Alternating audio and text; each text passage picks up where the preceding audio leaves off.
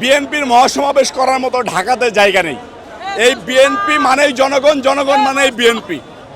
গুপ্ত কায়দায় থাকে কারা? ইবলিস।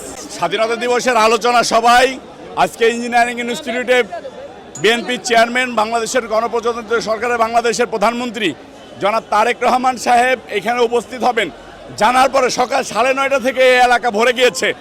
যুবদল ঢাকা মহানগর দক্ষিণের নেতাকর্মীরা তারা কালকে রাত্রে আমাদেরকে বলেছে আমরা প্রয়োজনে সকালবেলা ওইখানে ফজরের নামাজ পড়ব।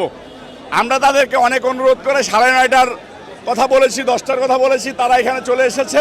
Lily ultra soft serum gel, যা গভীর থেকে স্কিনে দেয় 3 গুণ সিরাম হাইড্রেশন। সিরাম জেল হাইড্রেশনে ব্রাইট থাকো সব সিজনে।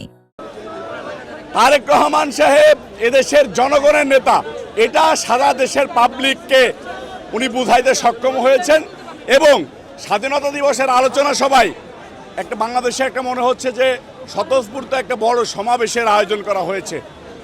আমরা নেতাকর্মীদের সারা প্রচুর পরিমাণ পাচ্ছি। বিএনপির মহাসমাবেশ করার মতো ঢাকাতে জায়গা নেই। বিএনপি এই মুহূর্তে মহাসমাবেশ করলে পুরো ঢাকা শহর অচল হয়ে যাবে। যে এলাকাতে করবে সেই এলাকা সহ আশপাশের এলাকায় জ্যামজটে ভরে যাবে।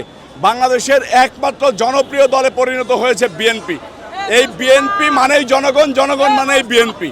বিএনপি মানেই সরকার, সরকার মানেই জনগণ। গুপ্ত কায়দায় থাকে কারা? ইবলিস। এখন যারা গুপ্তভাবে চলাফেরা করে, যারা সকালে একটা কথা বলে বিকালে আর একটা কথা বলে, সার্বক্ষণিক মিথ্যা কথা বলে, তাদেরকে হয় ইবলিস বলা হয়, না হলে স্বৈরাচার এরশাদ বলা হয়। জামাতের অবস্থা একই রকম। এদের কখনো ভালো জায়গায় জায়গা হয় না, এদের জায়গা হয় ড্রেনে, নর্দমায়। মিথ্যাবাদীরা, জামাত না শুধু, যে কোনো মিথ্যাবাদীদেরকেই স্থান হয় নর্দমায়।